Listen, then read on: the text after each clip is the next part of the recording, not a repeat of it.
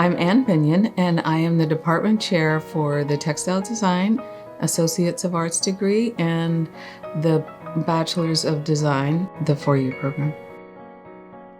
So the Textile Design program is a 2-year Associates of Arts program, and it focuses on designing fabric, all kinds of fabric, woven, knitted, printed. There is a part of our brains that gets stimulated when we use our hands. So we start the students with painting. There's a lot of computer. They weave, but they also need to know how to program. They knit, so they understand the structures, so they are in more control of their designs. But when it comes right down to it, it is very exploratory and very driven by color, texture, pattern.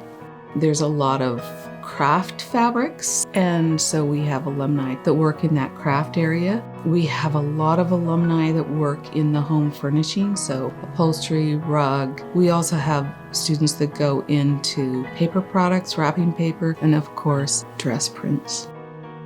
So as you think about all of the different parts of your life and how you interact, there's usually some sort of pattern, texture, fabric involved with it, and those are the kinds of jobs our students get.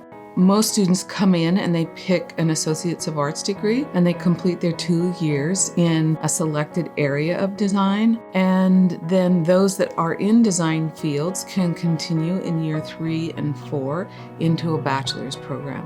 The Bachelor of Arts program, it's really built to be on top of a program where students have developed skills.